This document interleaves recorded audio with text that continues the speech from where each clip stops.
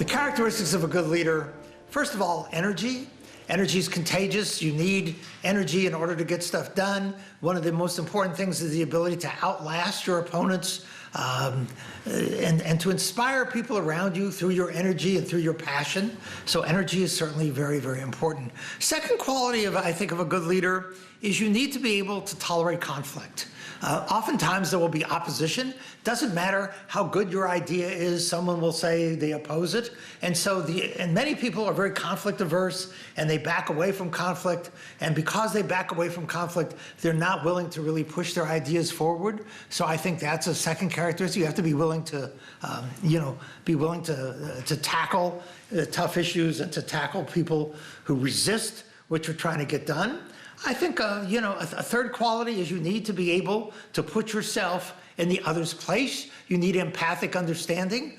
In negotiations, we often talk about negotiating over interests, not positions. If we're going to have a negotiation over your interests, I have to be able to understand what your interests are. So I have to be able to put myself in your place. I think that would be I think that's a third quality of a good leader. I would say those, and I think a fourth quality, except it's kind of two qualities, is persistence and resilience. There is no initiative, there is almost no career that doesn't face failures and setbacks. The mayor of San Francisco, Willie Brown, ex-mayor, was lost the first time he ran for the assembly, lost the first time he ran for speaker. Organizations oftentimes face difficulties, and the only way to be able to overcome difficulties is through persistence and resilience. So you have to be able to bounce back. And so I think that's another quality that is really, really essential for leaders. There are several things that you must put in place in order to innovate. First of all, staffing. People need to be matched with the right jobs. Not everyone should be in every job. And one must think about the fit between the person and the job. And when you're in a job, you need people to be in a job that maximizes their potential for learning and growth so that people are excited to come to work. Number two,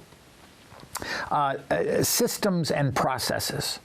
Organizations thrive when there are systems and processes in place that bring people together and help them learn and transfer information to one another. This can mean something as simple as coming to the office and working together, but it can also mean systems that allow us to have meetings when they are useful and to have times without meetings when we need to think and work. And then number three, we want to think about the culture of the organization. It is very important to have a culture in an organization that rewards experimentation and sees failure as a necessary part of the learning process. If the leader can put all three of those in place, good staffing, healthy systems and processes, and a culture of innovation, the organization will succeed.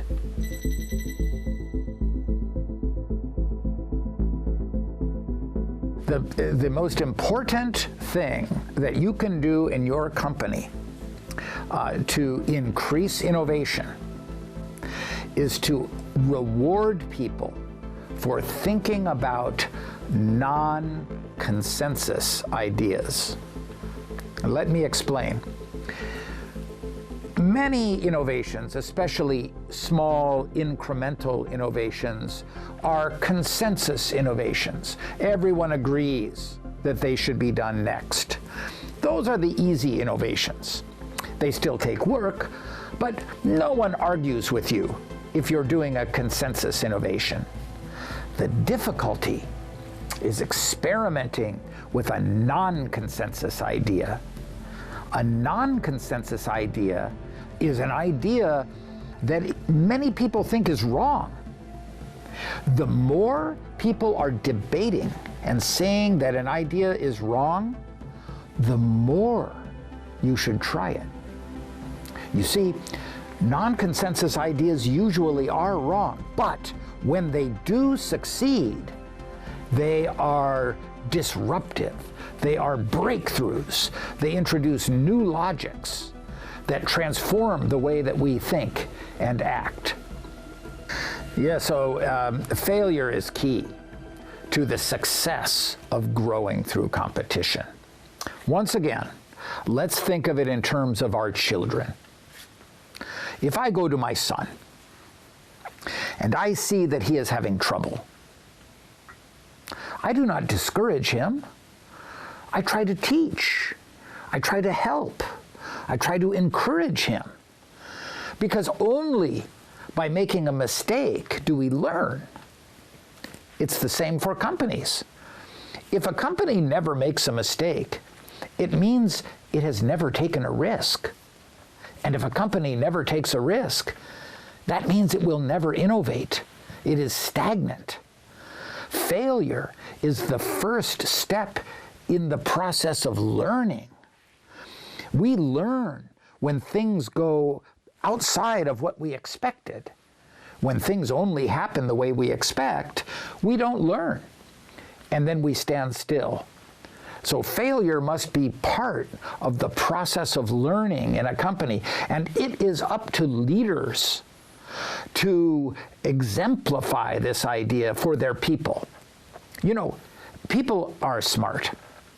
And when they go to work, they will know if their leaders punish failure, they will never take risks because they know they need to have their job. You know, they don't want to go home and say to their wife or say to their husband, oh, I took a risk and now I lost my job. That's a terrible thing. No one wants to do that. So when they know that their leader is against any kind of failure, then they will be very careful never to take any risks, and they will never innovate. The leader that makes it safe to experiment is like the parent of a brilliant child who allows that child to become a genius. And we must help our organizations to become the geniuses that they want to be by making failure more of a learning exercise and less of a punishable offense.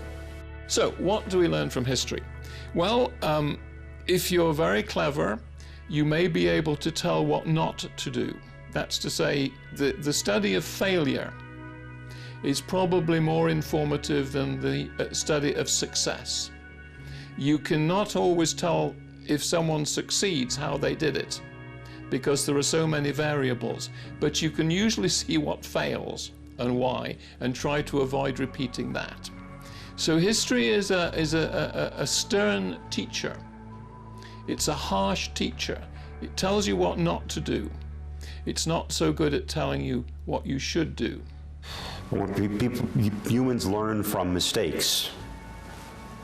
Often we have to make the same mistake hundreds of times to learn from it, but we learn from mistakes.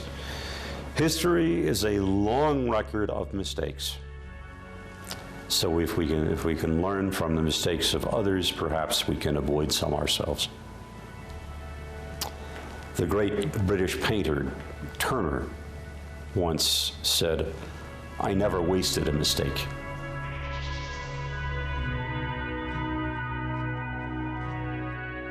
There is a big difference between people and companies. My arguments about competition are for companies. Companies need to compete, but the people working in these companies, they need to feel protected. Protected from the results of failure, protected from the stress that happens because of competition. Think of it like a sports team. We want Tottenham to compete, but within Tottenham, we have brotherhood among the players who care for one another. Because even though they are competing with other teams, they are cooperating with one another. So although I believe and know that competition is very healthy for organizations, it is cooperation and caring that makes our lives better as people. You look at the way that people are treated at Amore Pacific, and especially, I should point out, women executives who get promotions at Amore Pacific, very unusual in some Korean companies, but they feel fairly treated there. That makes your life better. You know that if you do a good job, you get the promotion or the raise or some good thing, and you're being cared for. So I say to all business leaders, for your people, you respect them, you look out for them, you protect them. For your company, you compete. And those are two very different things. I would deliver the following message to my Korean friends, and I've been to Korea several times in the past. Number one, if innovation requires power, which it does, we ought to have training inside of companies and inside of universities on how to build and use power.